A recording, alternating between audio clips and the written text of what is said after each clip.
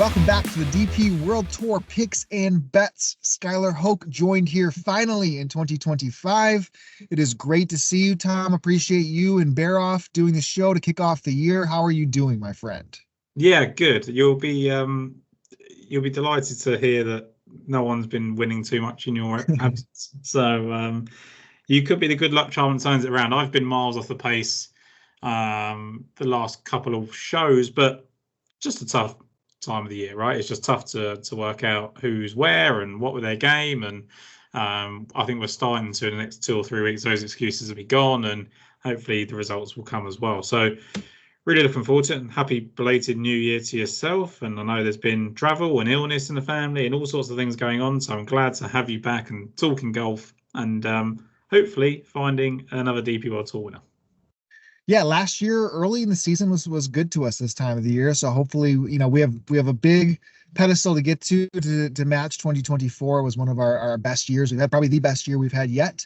But excited as ever. I mean, I love the DP World Tour. It didn't feel right to still dig into the numbers and do things while you guys covered the show. So kind of let it be and caught up statistically leading into here. PGA side has been pretty plentiful so far. Mine been fun with a couple winners there, so I've enjoyed that. But at our core, the DP World Tour is what we have. The only guy that I bet on from the DP World Tour was Moeller last week in the Farmers, and he missed the cut by I think like 8. So didn't have too much luck with the DP guys early on.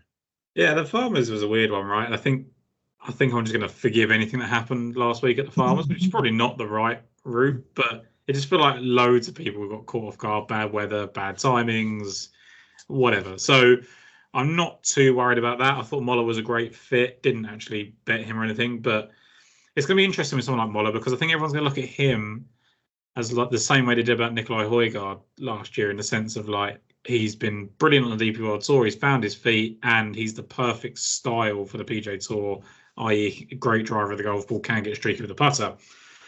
And it didn't work out for Højgaard, right? So it's going to be really interesting to see what happens. Jesper Svensson's had a couple of good results so far on the PGA Tour, so pleasing for him. I think it's slowed down the last couple of weeks, but certainly a hot start. He was top 10, right, in Sony. So there's been some encouraging signs already, and plenty to come still. Yeah, absolutely. I mean, I love having kind of those guys, at least with the knowledge that we have on a lot of them. And I think it's the forgiveness, to your point, for these guys early on is definitely a longer leash for me. I mean, Potgieter, I don't even know the correct way to pronounce it, but he was a perfect example too, right? Those courses early on in the PGA are totally different from the Sony, Amex, to then hop over to Torrey. Now they're going to go to Mexico in a month. Like those are wheelhouses for some of the guys that we know versus what they might have saw in their first 2 events. And it's different getting comfortable stateside. So a lot to learn and keeping our eye on the PGA side. Last week for the DP World Tour, Alejandro Del Rey had his maiden victory. Somebody we have bet probably a baker's dozen times over the last couple of years. One of our favorites, the longest probably remaining hitter right now on the DP World Tour. Extremely long off the tee, showed up with the irons, and basically, I mean, the bullet Armitage was really there for a bit too. But Del Rey just played brilliantly to get his first win. Yeah, Del Rey did what people want, which is to fit the statistical profile that everyone's laid out, right? Everyone wanted a big driver of the golf ball who can get hot, and that's exactly what Del Rey did. To the point where I was, Armitage is not the biggest hitter, and I think that's what I always sort of say with these types of things. They can obviously get it out there, but kind of this reason for caution of like getting too stuck with players. Like Alexander Bjork should have finished 3rd. He just had a terrible finish on Sunday and played pretty nicely. And I think it's a good sign for people like him that are coming back to from the PGA Tour to see how they can really compete. So yeah, a good couple of weeks to kick off the DP World Tour season. Not for the bet so far, but certainly from a just an enjoyment standpoint. And now we get into kind of the nitty and gritty of where we probably come to the fore in somewhere like the Bahrain Championship, where you haven't got these kind of heavy hitting names anymore, and you kind of got to read through the weeds a bit. Yeah, I mean, this is the real DP World Tour here, right? I mean, this is when you get a spot where you can still be pleasantly surprised with odds of guys that we're bullish on, but then can understand, the mix. I mean, Patrick Reed, 14-1, Dave Puig, 16-1, Olsen under 20 as well, Canters at 20. I mean, Byron, we've seen it one time at the Royal Golf Course last year. Dylan Fratelli, of all people, won this event. My take leading into some of the statistics around the course specifically. I mean, Fratelli is an interesting one, right? He won the John Deere Classic PGA Tour, really hasn't been all that much of a player since then, virtually. But statistically, I mean, those guys at the top of the leaderboard, they were gaining off the tee and they were flushing it with their irons. It really looked like the ball striking to the test, and most courses do, but like it played out in a huge favor. Not saying that those guys that ended up being the best last year was a profile we would have thought leading into the event, but Fratelli definitely did that, and it's kind of an angle I'm still keeping with to make sure approach is really firing. Anything else from your end on the course side of things? Yeah, it's interesting. I mean, Fratelli, from kind of nowhere, right, ranks first in strokes gained tee screen, first in approach, fourth strokes gained off the tee. He was third in terms of distance. Marco Penge was higher at 35th. He finished, and eighth. Nicholas Norgard finished with slightly higher driving stats. But it was interesting that Fratelli beat Jesper Svensson, who was fourth in distance as well. So distance definitely played a part. One thing I kind of noticed, people think when you think about distance, like maybe we should look at the par 5 stats and things like that. And again, Fratelli was 9 under on the par 5, second best in the field behind Filippo Celli, who was 10 under. But it was actually the par 3s I felt were quite indicative of what we needed. I mean, Oki Stridham 4 under for the par 3s, finished 4th. Rasmus Højgaard 3 under for the par 3s, finished 8th. And then Dylan Fratelli and Jesper Svensson both 2 under on the par 3s, first and second. So it might be, for all the fact that power is going to get you around, it's how you perform these kind of shorter holes that actually determine your fate this week. Yeah, if I'm picking, it's probably irons over just a pure distance profile. I mean, Svensson even has done well at some of these tracks that don't require the power that he has in his bag. So it's interesting, even though him being that profile there, he could maybe give us some lead in too. But both of us, I mean, we're swerving the top. I mean, realistically, as long as 50 is our shortest bet that we have. Is there any guys kind of near the top that you were interested in or would want to expand into? I do think David Puig will win very soon. It just depends how many DP World Tour starts he gets before, I guess, Live starts next month, right? So he won't be here for much longer. I think that Laurie Cantor was potentially, I thought he would be on your card. I thought you were quite keen on him, but I think probably to your point, if it was more of a complete driving test, maybe a bit more like last week, you maybe would have been more tempted to play him as opposed to just trying to get hot on both categories here. And then Soderberg was really close for me, but I just had these flashbacks of what he's like in contention. Soderberg, I mean, he makes perfect sense. He plays well at all the right golf courses I want to see. He was 6th here last year. Played well last week. I think he actually led the field in approach last week, or certainly up there, second in approach last week behind Hao Tong Lee. So he does a lot of good stuff and is playing well again. Seems to have shaken off that kind of monkey off his back of just being really poor in contention. But we haven't seen him really truthfully in the mix yet to see how he'll react again. Yeah, he was somebody, if I'm just thinking of a flusher of the golf ball, like he's probably the one at the top. I mean, Nakajima has really good long-term approach stats, but still last week was bad. I mean, you could make arguments. I mean, Cantor was unbelievable in Dubai from a ball striking numbers. Just didn't, I don't know. Laurie Cantor 20-1 gives me the heebie-jeebies. The one, I mean, really, I mean, of course, Talk Guido, he was awesome in the first event of the year. Not as good, missed a cut on the number last week. I thought, I still have some like confidence in Angel Iora at 45-1. Maybe waiting another week just to see it click a little bit more. I think he might be the player of this range who we're going to be pretty comfortable that is going to end up being high 20s, low 30s almost always. So I did some triple taking up there, but ultimately did land on my first bet. It's now 55s here in the States, so I'll go first. But you mentioned the leader on approach last week.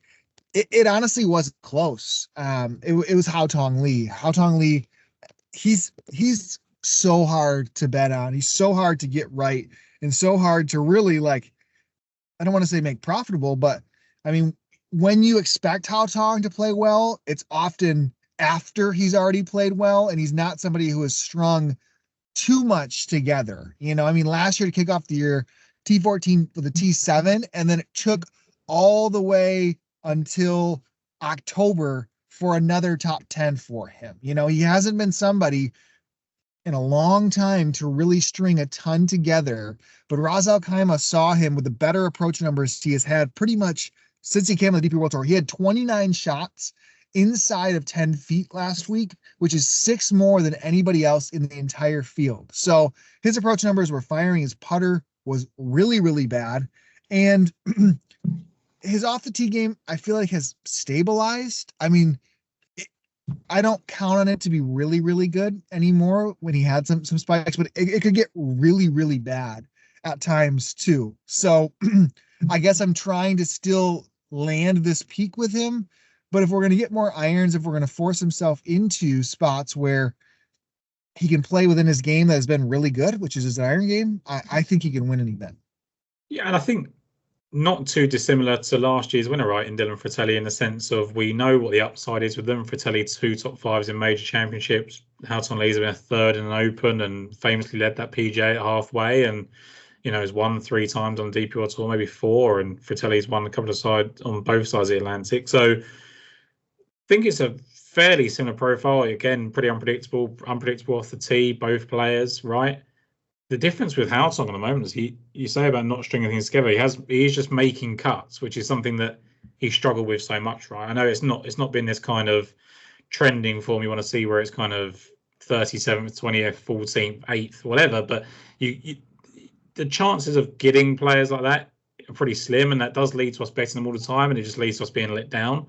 I've tried to, at this start of the season, just be like, look, there's been signs just before Christmas or since they've come back, and even if it's just 1 or 2 rounds, try to take all of that into an account. And I think you have to let the Houghton League and how well he hit the irons. He was definitely on my shortlist. Yeah. We have a difference in some betting cards, but like a combination of who was on our short list. And you have the next bet right here on the numbers too, for a golfer that I was very, very close on.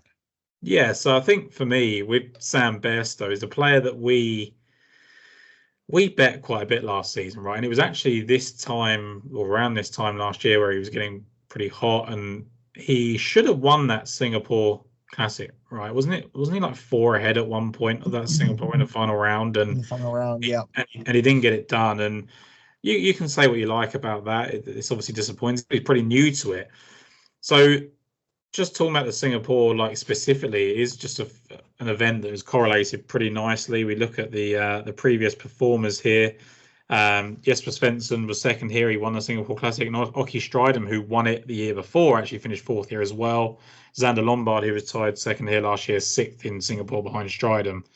Rosner, 6th in Singapore, 12th here. Micheluzzi, 7th in Singapore, 16th here. And Micheluzzi was actually the 54-hole leader in Singapore as well. So really like that kind of link, and that brings you back to Bairstow, who, as I said, should have won that last year. Finished 23rd here 12 months ago, but was actually 4th going into Sunday as well. And since then, 2nd in France, 6th at the ISCO, 16th last week in another suitable golf course. He's shown plenty, right? And good driver of the golf ball. I think we've got a player on our hands that is going to win, and it is going to be a matter of time. And whilst you'd always want to wait. I always say, like, oh, let's wait for him in a bigger field. I think he can just kind of get a win out of nowhere at 120 to 1 or whatever. But actually, I think this is a sweet spot, Sky, where it's still kind of 55 to 1, nearly 60 to 1 in places.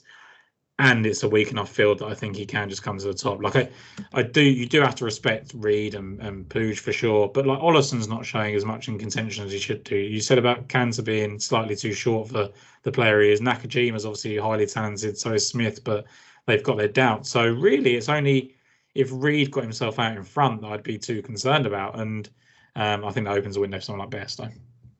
Bairstow, I think, was like 126 after the opening round last week, or far down the leaderboard too, and just blitzed his way up there. So yeah, I mean, he was very much on my short list. We do have a common selection though, and you messaged me saying this was a no doubter before the odds were there, and it doesn't take much convincing for me to bet on Ugo Kusad. Ugo was somebody who we kind of got on close to this time last year, maybe another month from now, but really came out of the gates decently. Bahrain, he was 12th last year, and that was really kind of his coming out party where he did. I know I was on at Qatar when you had hit the Hoshino ticket. So this time of the year, we were starting to bet Hugo. Hugo's game for me it's still hard for me to like put a pulse on it. He is good off the tee. He is one of the longer hitters.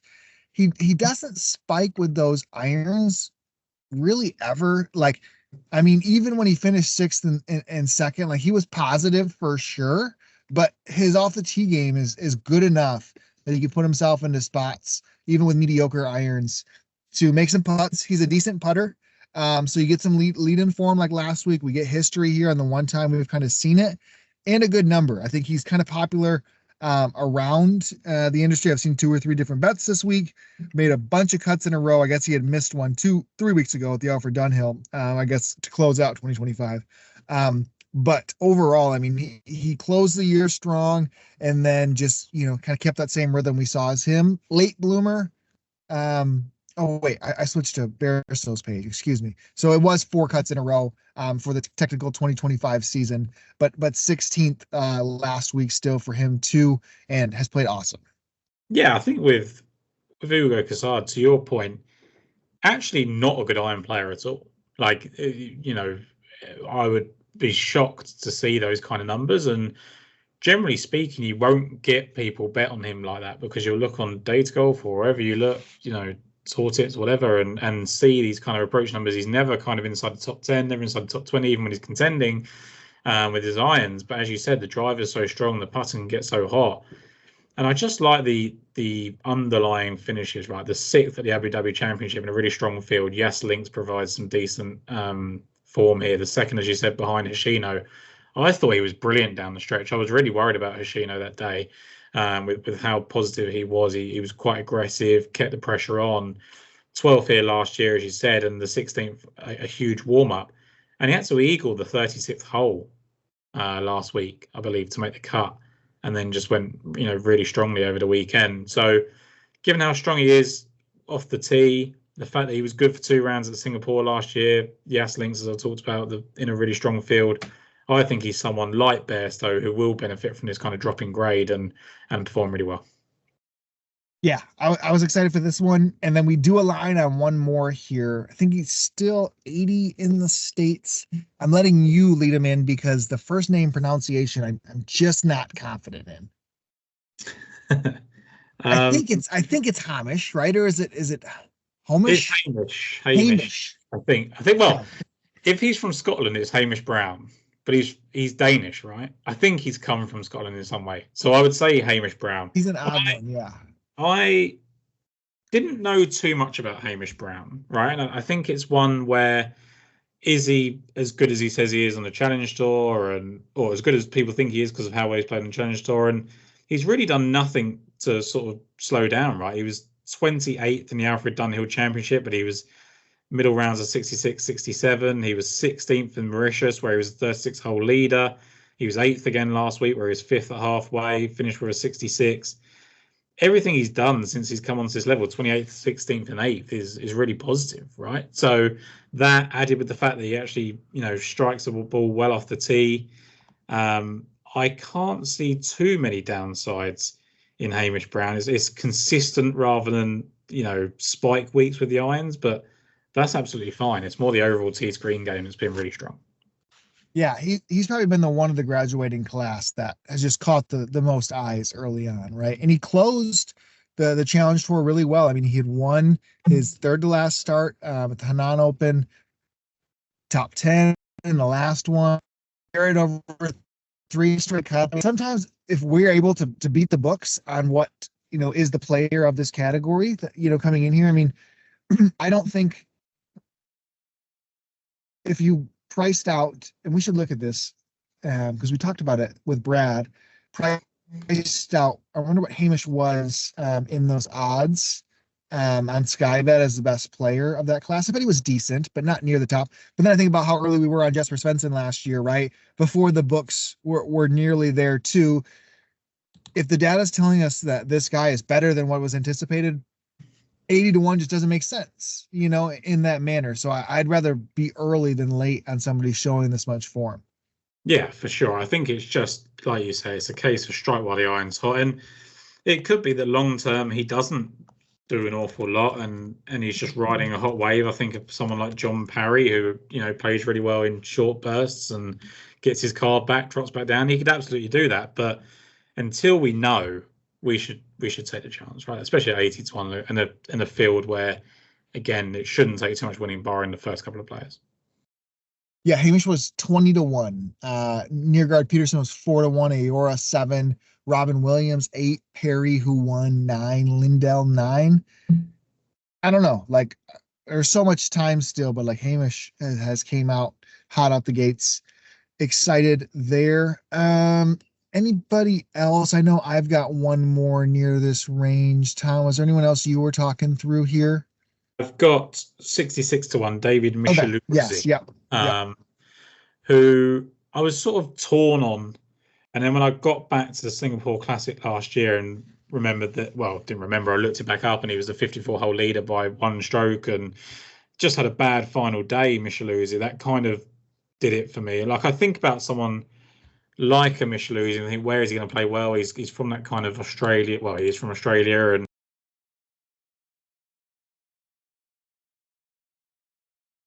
so far on the DP World Tour, and that's translated into the Alfred Dunhill links.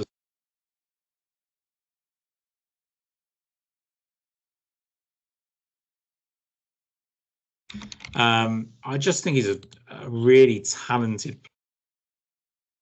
player, and I'm really excited to see what he can do. The fact that he's got just those kind of finishes. He played well at Dubai Desert Classic in a strong field, top 10 there. He's played well last week. Again, it was more of a warm-up than anything else, but it was good. I'm really excited about David Micheluzzi. What we're on to his kind of third, it's his second full season, but his third kind of opportunity on the DP World Tour. And look, he hasn't been in contention too many times, and the one time he lost, but I think that'd be really hard to hold against him, considering the type of player that we think he is and the stuff he's got. So he's not the longest, but he's certainly strong enough off the tee. And I think he'll make up for that here at Bahrain, where you can get around without being overly long like you had to be last week. Yeah, I mean, I really do think the world. I mean, I think of the world often of these type of players, the ones that have won in pedigree on their respective tours before making it to the DP World Tour. I've got a way longer leash. I mean, think how long it took for Elvis Smiley, who is younger than Micheluzzi, but he was doing the same thing on the Australasia Tour, 18 months ago, and we finally got a win for him, this fall.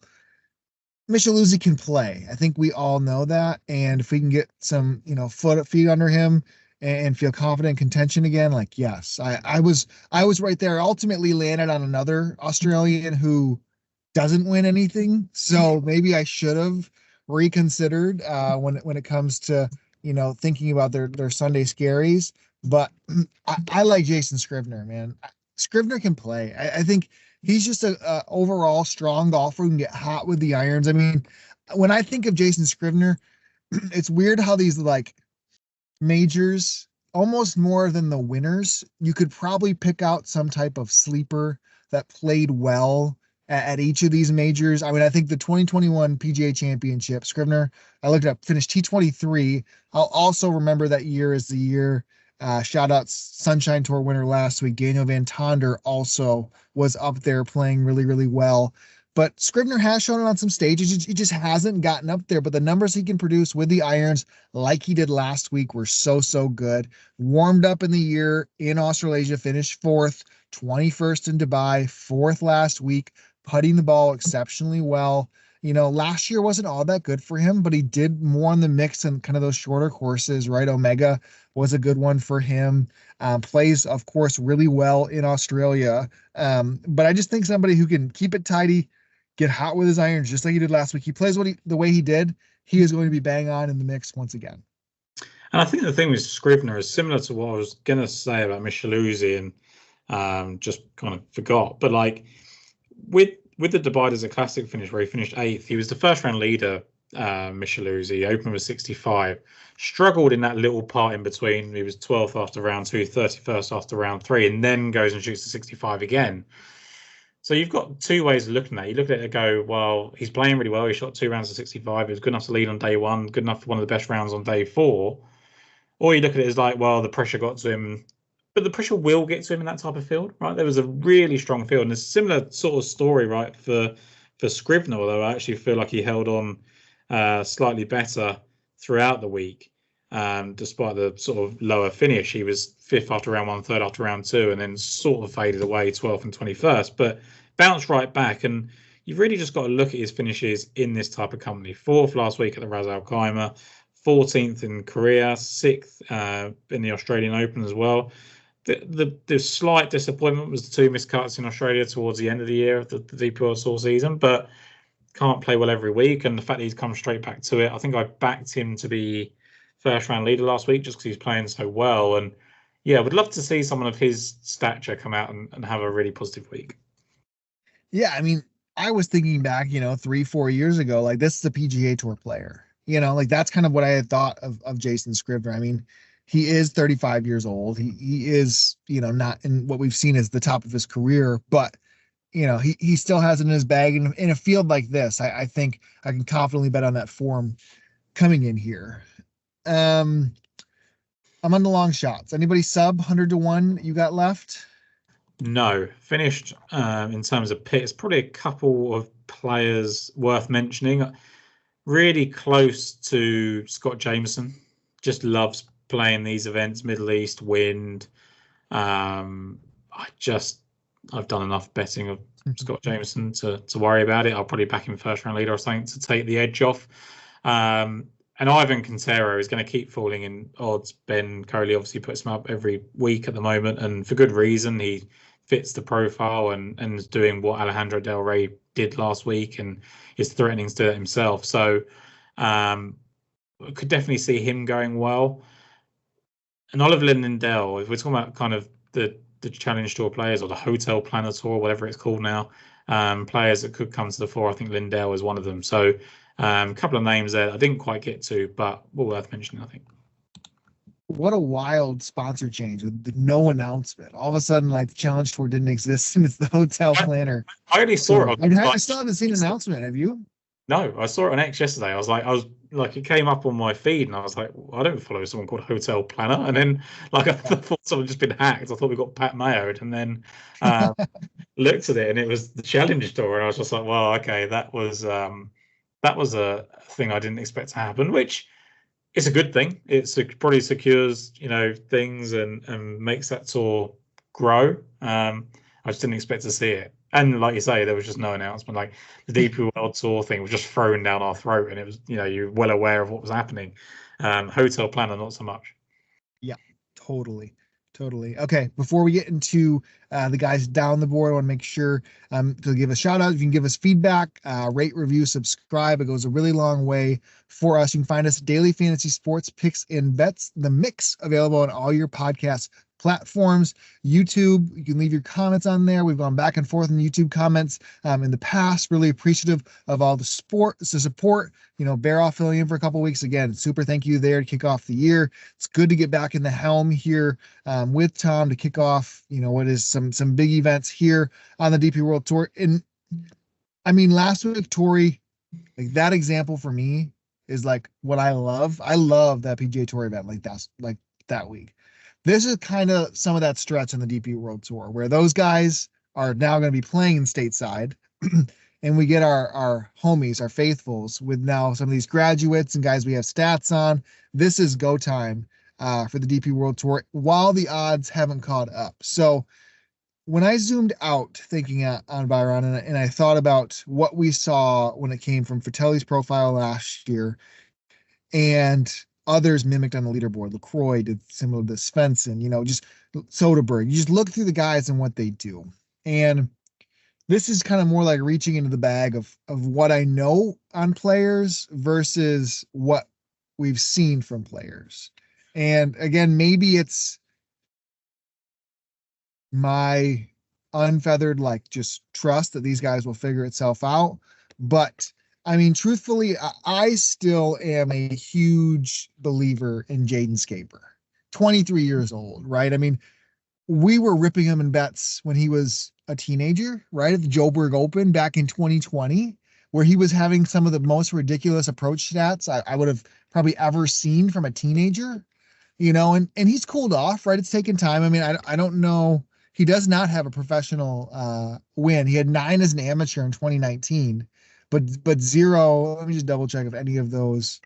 No, all of those were as an amateur that year. I mean, he was one of those built-in categories, right? Of that a South African amateur who's won a bunch is gonna make hay one day in the pro golf streets. And I just think we've seen some little play out of him, so far in 2025. 13th in Mauritius, 21st last or 2 weeks ago at the Desert Classic. So on my radar. And then he hits the ball incredibly well last week. Doesn't make a single putt. No putts at all. Falls off the planet on Sunday. And knowing the type of player I think he is, I think he's built for a course like this. So he was my first one that hit this category. Any thoughts there? I just think back to last year, and he was on an incredible run at this time of year, right? He was 9th and 5th, 9th, 5th, and 7th, I think it was, at the end of the year in December, and then 6th at the Mauritius Open, and then opened up in pretty strong fashion again, 38th in Dubai Desert Classic, 23rd in the Ras Al Khaimah this time last year. Did miss the cut in this event, but bounced straight back with the 24th in Qatar as well, which we think pretty sure we'd like in relation to this. And I think it's just where he's played well, like in Spain, 9th, 13th for the Barracuda, 13th the European Open, like long term, feels like a player that could definitely do it.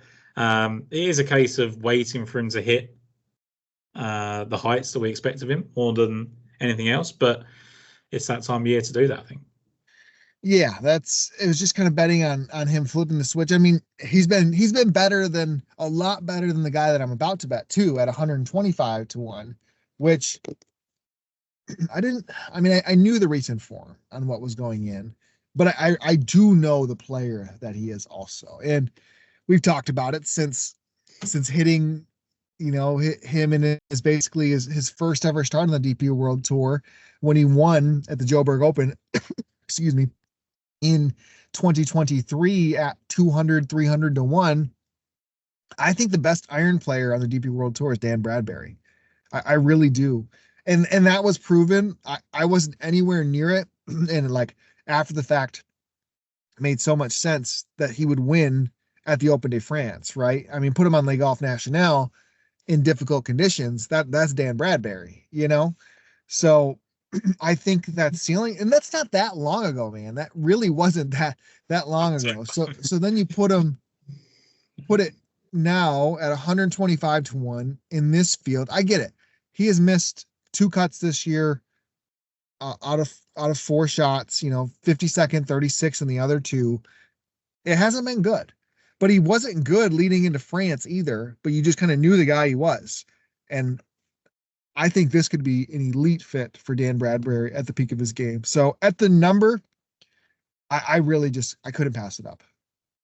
I think with me, it's going to be a case of like, I just imagine almost not for your sake, but I almost hope he has a sort of average week this week, shows with his irons, then we go to somewhere like Kenya and he's the perfect fit for that. Right. Like I think that's ultimately what's going to happen. But as soon as he flashes those approach numbers, as soon as he gets onto a course that everyone knows suits him, the price is going to go. So it's those two, that fine balancing act, I guess, of like, are we going to take him while the numbers ridiculous for someone of his ability and proven winning equity, or do we, wait for the better fit, which I think will be in Kenya, which is that next week or is it a couple of weeks time?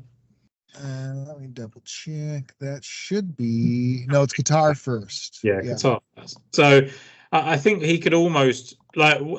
My point is like to your point as well about like the foreshadowing. Like we should keep a close eye on him for Kenya, I think, and just go. look, if he muddles through, makes some cuts, makes a few putts that, is something he's definitely struggled with and hits his irons well, then we wait until we get to these really tight claustrophobic courses where, it is going to come down to his absolute skill set. So that's not to say I don't like him for this week, but certainly I think it's a look forward to someone that could be perfect for him. Yeah, both of these two definitely speculative on flipping the switch at deeper odds and trying to do that a little bit more than only lean into some of the recent form that I do often. You can go with your next pick, and then we'll go through anybody else we kind of were keen on.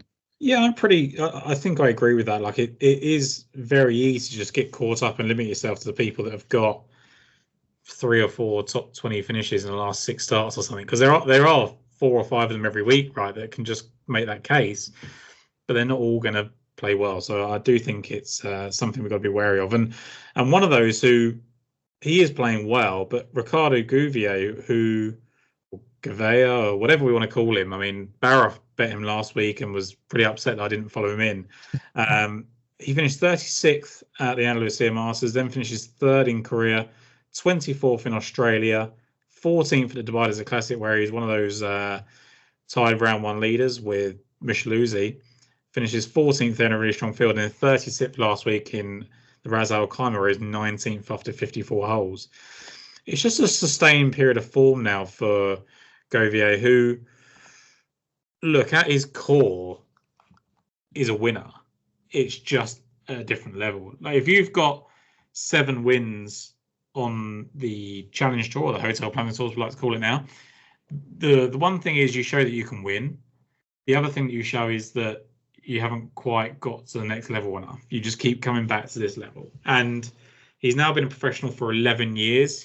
But generally wins, like once in 2014, twice in 2015, twice in 2021, twice in 2023.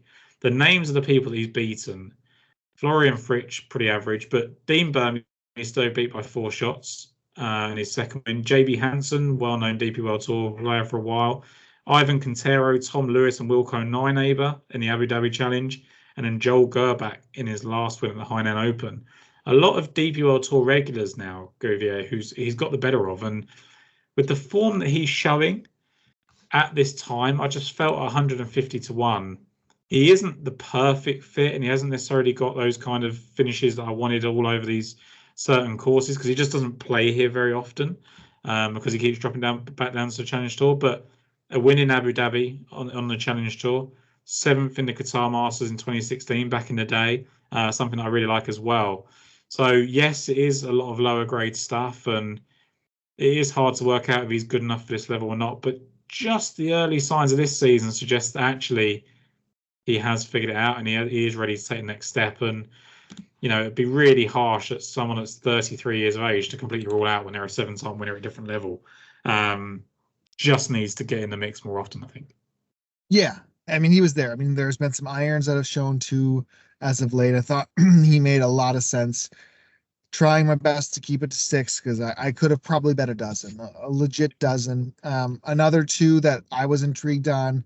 If I'm going to kick myself for losing a bet this week for one person in the field, it's Jacob Skov Olesen, who's probably 125 to 150, wherever you are. Played awesome his last time out, was pretty decent the time before. Again, we don't see him outside of much so far. I mean, 6 professional events, I believe. Made the cut at the Open as an amateur, was really good as an AM. I think we get him in some difficult conditions and some more data. I'm going to like him a lot if they're still giving us some numbers there. And then Joel Moscatel was the other one that started to flash last week a little bit. Good finish. Those are the 2 also on my short list. Yeah, the one for me would be Afi Barmrat. Just he lost in that playoff to Jesper Svensson at the Singapore Classic last year. Is showing some signs, played really well on Sunday last week. I just think we see a lot of this about Afi Barmrat, and it's a little bit like the Hao Tong Lee thing in the sense that he's got this back catalogue of really impressive wins.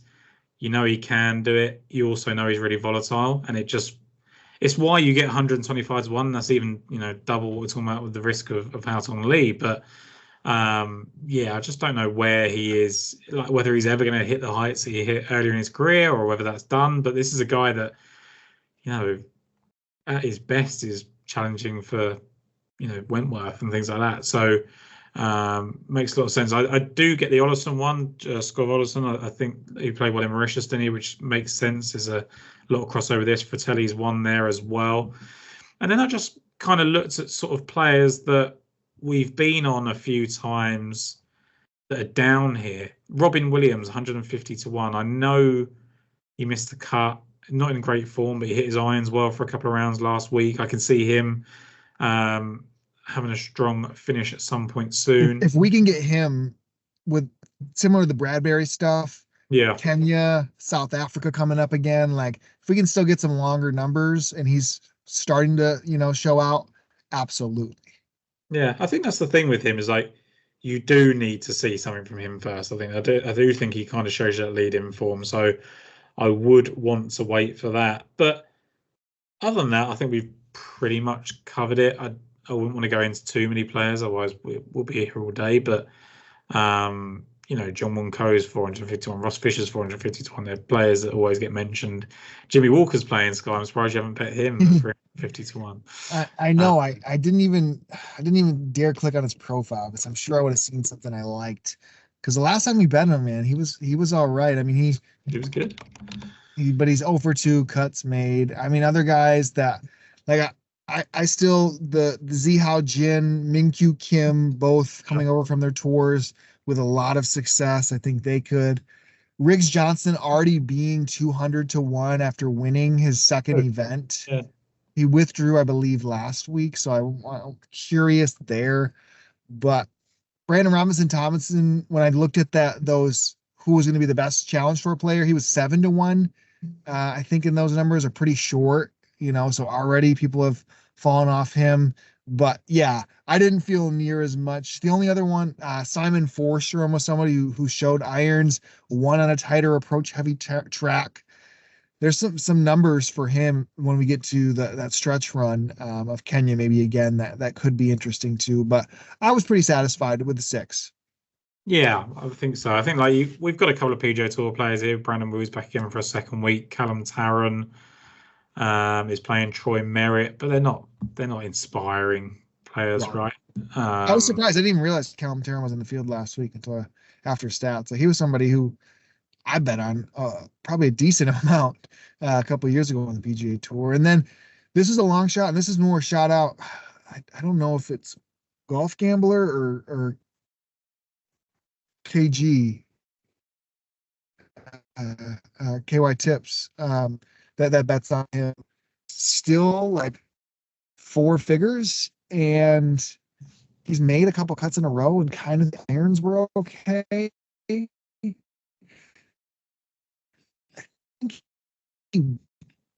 One, I mean, it just feels weird that he's 2,000 to 1, and it's not like that as bad as it was.